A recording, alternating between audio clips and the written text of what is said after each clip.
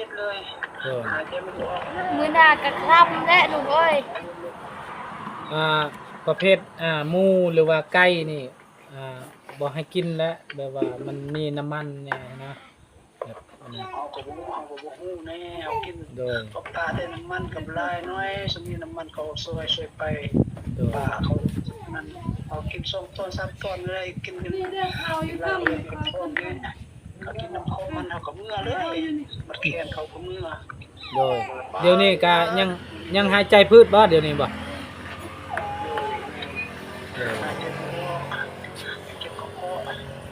ไปดินมาไปองโมก็บ่มีเงินเฮ็ดให้ยาในดาวเฮ็ดใจจะขาดก่อนอันล่านั้นก็บ่มีผู้อยู่จักเอากลับทักทายสบายดีเด้อเนาะสบายดีตอนแรงๆเนาะพี่น้องตอนนี้ก็อยู่นำน้องนุชดาคือเก่าพี่น้องเอ้ยสวัสดีล่ะอยู่กับน้องนุชดากับน้องวายโดยสวัสดีสวัสดีลุงสวัสดีปะลุงโดยสบายดีเด้อว่ะบายเลยบายปะลุงเอาบายปะลุงบายบายสบายดีเด้อสบายดีเด้อสบายดีลูกสบายดีเด้อสบายดีและสวัสดีพ่อแม่พี่น้องFCเมิดสุขุสุขคนบ่ว่าอยู่ในและก็ต่างประเทศก็ยินดีต้อนรับเข้าสู่ซองบ่าวบุญคงคือเก่าเนาะก็มีที่โทรเบิ่งนี่ก็โทรถามทางลุงเริ่มเพิ่นเนาะเป็นจังได๋อยู่จังได๋เนาะเดี๋ยวนี้ก็การก็เป็นจังได๋เนาะลุงเป็นอะไรเด้อสบายดีเด้อสบายดีเด้อสบายดีเด้อสวัสดีโดยว่าสุขเป็นอะไรอาการฮะอาการยังนักบ่เฮ็ดเลยโดยเป็นดวงตาบนแดดเจอมันถ้าเจอบ่ออกเลยนะโดยเฮ็ดเลยคือเก่าอีกอาการนี่บ่อายุมันไปดีเด้อเจ็บไปยังนั่นแหละบ่แม่นกินผิดบ่ชิ้นกินชิ้นทุ่งเด้อแม่นแล้วซื้อนี่ชิ้นกินกับกินลายกินแต่2ตอนกับน้ำคมอันน้อยๆนึงอื่นบ่มีอื่นน่ะเกือบตายคืนนั้นกับ2คืนบ่ได้นอนครับมื้อนี้คนยานให้ตายปลาน้ำเข้าบ่มีผู้ฮู้ขาดใจตอนใดก็บ่ฮู้หลานก็บ่อยู่จักคนไปทางใดก็มีแต่ปลาอะไรอยู่เบิ่งลูกก็บ่อยู่มีแต่ปลาจับใจจะขาดตอนใดบ่ฮู้เลยเอาก็นอนให้นั่งให้เดี๋ยวนี้บ่เฮ็ดเลยโดยจักสิว่าแนวใดแล้วเฮาก็ได้ลูกเฮาก็บ่มีเงินบ่มีคำคือกันไปเด้ไอ้ดาวเบิ่งแม่ไอ้ดาวเบิ่งคันว่าเฮาอยู่ใกล้ๆก็ใครแน่นะนี่เฮาอยู่ภาคพี่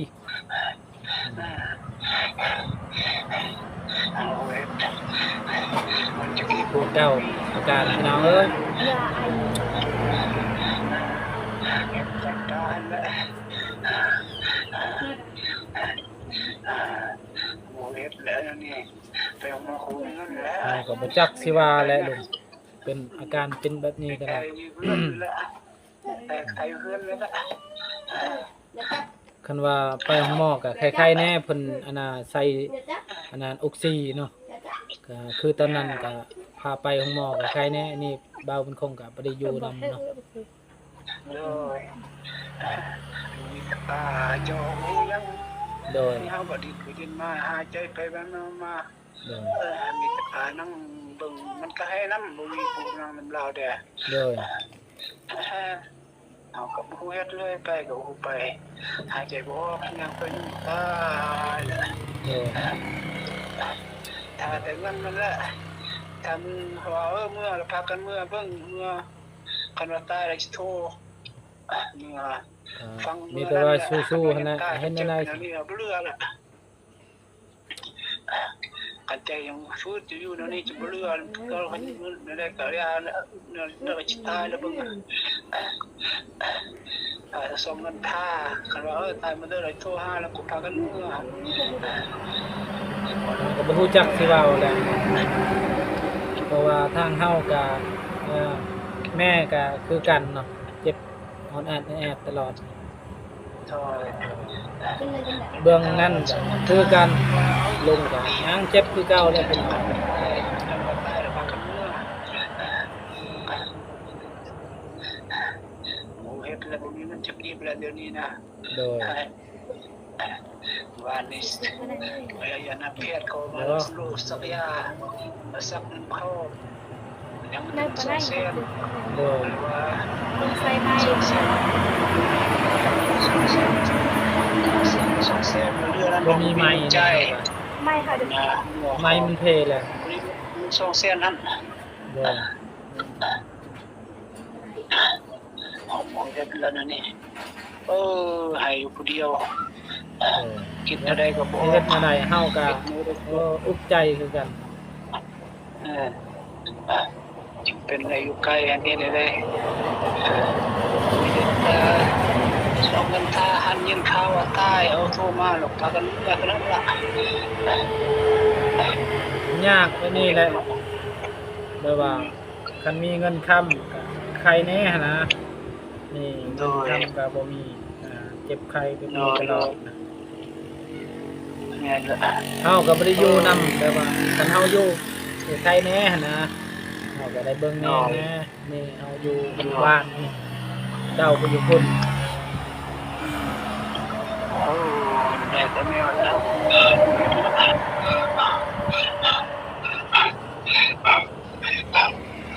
หายใจก็คือเก่าพี่น้องคือกับทา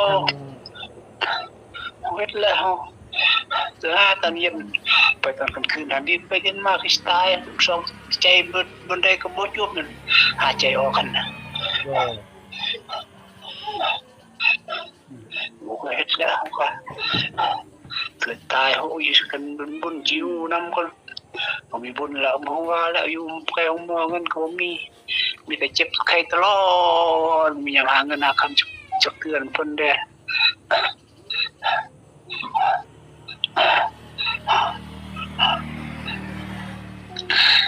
ไผอยู่นำเจ้าดินี่ มีตาเจ้าอันมีเด้อ น้องไว้เด้ ตาน่ะ ลุงน้องไว้เด้ มันต้องเตอร์พุ่นมันต้องเตอร์น้ำมี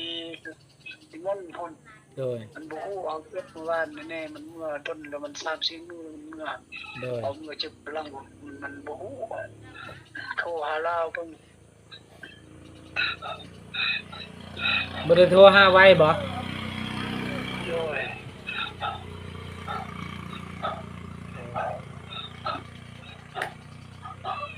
จักสิว่าจังใดแหละเฮาก็ว่ามันคงก็บ่ฮู้จักแนวสิเว้าแหละเพราะว่าทางบ้านก็แม่บ่สบายเจ็บตลอดก็เป็นพยาธิลาวทางลุงก็โอ้ยคือว่าละคือเบาบุญคงอยู่ตอนนั้นแหละพี่น้อง เซ็กซี่มาได้เลยเด้อ อยู่ตอนนั้นก็แบบนี้แหละเราเป็นแบบว่าใครแน่แบบว่าบาบุญคงกับพาไปห้องหม้อเป็นใจออกซิแล้วก็ซักยาใครแน่ แล้วใครมีผู้ใหญ่ใจดีช่วยตอนนั้นก็ แล้วก็ เพิ่นช่วยไปจิตไทยคือกั โด น ยแม่น ผู้ใหญ่ใจดีเพิ่นช่วยตอนนี้แล้วตายเร็วนี้จะกินเลยตอนนี้ตายแค่นี้นะเรื่องตายละคนเราบ่มีเงินไปเอามอนเรื่องตายละ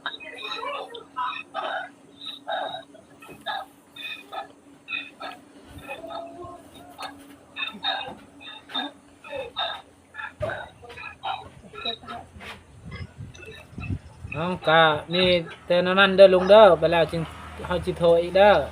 โทรหาน้องไว้ก่อน โดยเฮาก็สิโทรเบิ่งน้องไว้ก่อนเอาโดย โชคดีเด้อ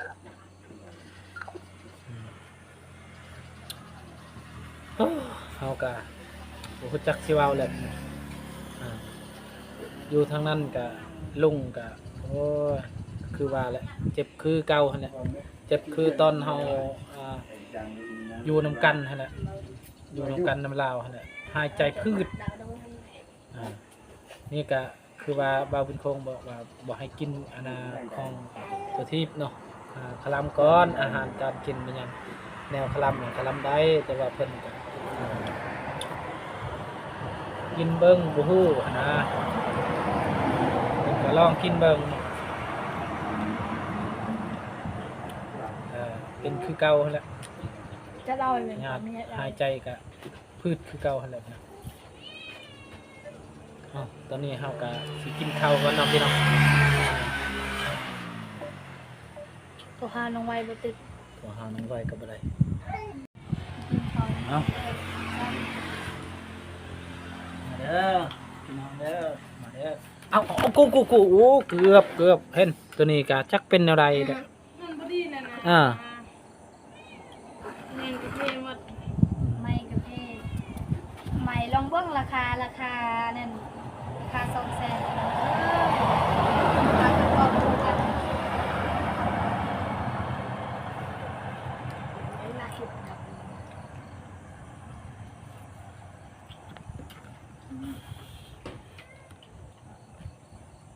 กินได้แมวกินเนาะ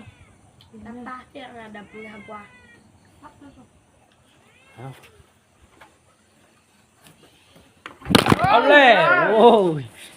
บ่ได้แบบนี้ กินไม่เกี่ยวกับกินนะ อันนี้ ใกล้ๆสะเทือนตกลมพัดมันก็ เด้อพี่น้องมากินข้าวนำกันเด้อ กินข้าวน้ำ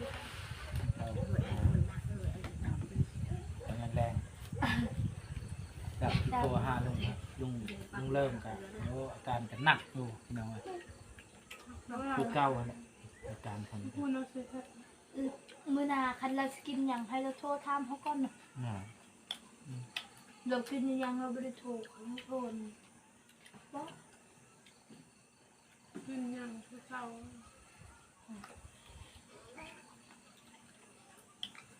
จับปัญญาเนี่ยอะไร ลายพญา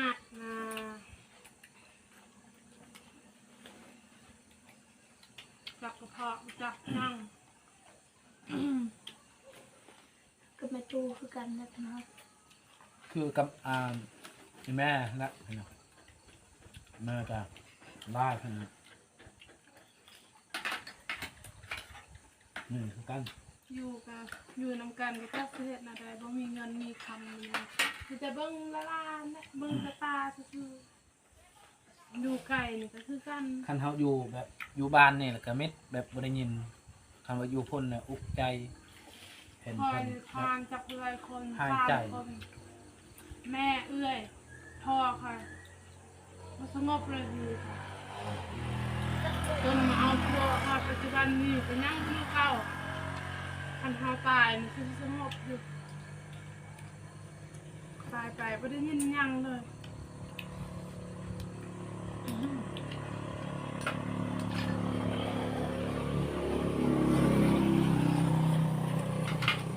เป็นน้ำคอย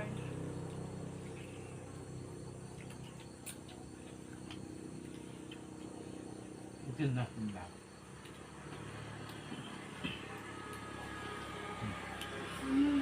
ตำแตง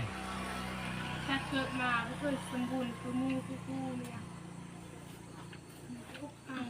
เป็นอย่างแบบนี้วะเกิดมาเป็นคนลืมตาเห็นท้องผ้าแล้วค่ะหูจักความหูมัดนะความเจ็บความไข้ ดาแข็ง บอกกินน้ำเย็น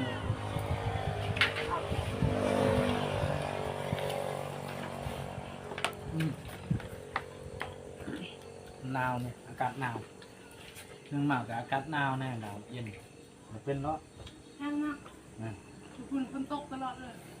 สองมือเดือนกันมือว้าวคันแดดใครไม่รู้ทำมันปอดหมักความเย็นหมักความร้อน เราไปกิน ชิ้นโมงเนี่ย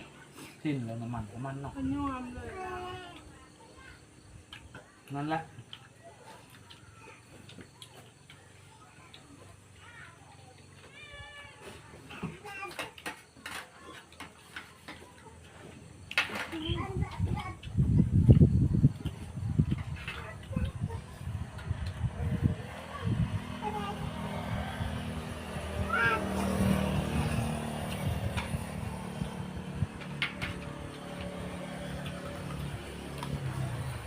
เท่า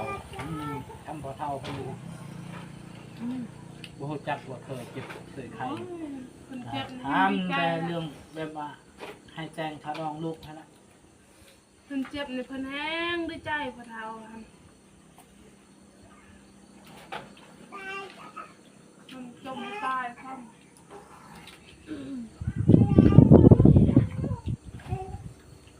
เคยยินละอันนั้นผู้เฒ่านั่นมันตีลูกมันบอกมันตีลูก นี่เพิ่น อยากกินน้ำแบบนี้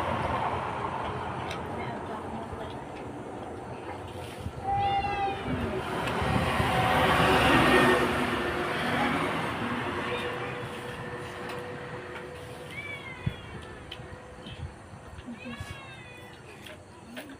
กำลังแจ้งปลากระป๋องแล้วก็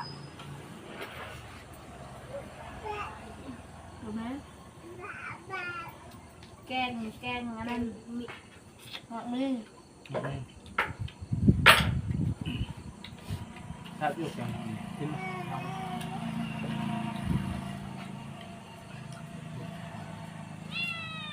ก็แซ่บกัน นิดนึงนิดนึง มีเวลาความสงบ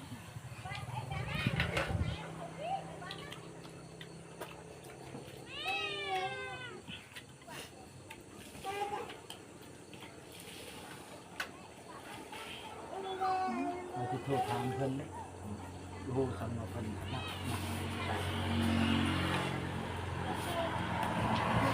บ้านเดือดตาเด็ดแล้วเดี๋ยวความพูดกัน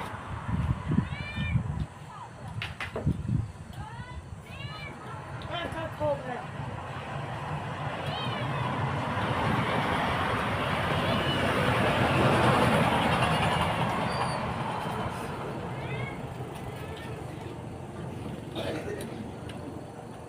ก็สำหรับคลิปนี้ก็จะขอจบไปเพียงซ้ำนี้ก่อนเด้อกินข้าวกินน้ำก่อนพ่อแม่พี่น้องสำหรับคลิปนี้เราเป็นคนไทยดาวสบายดี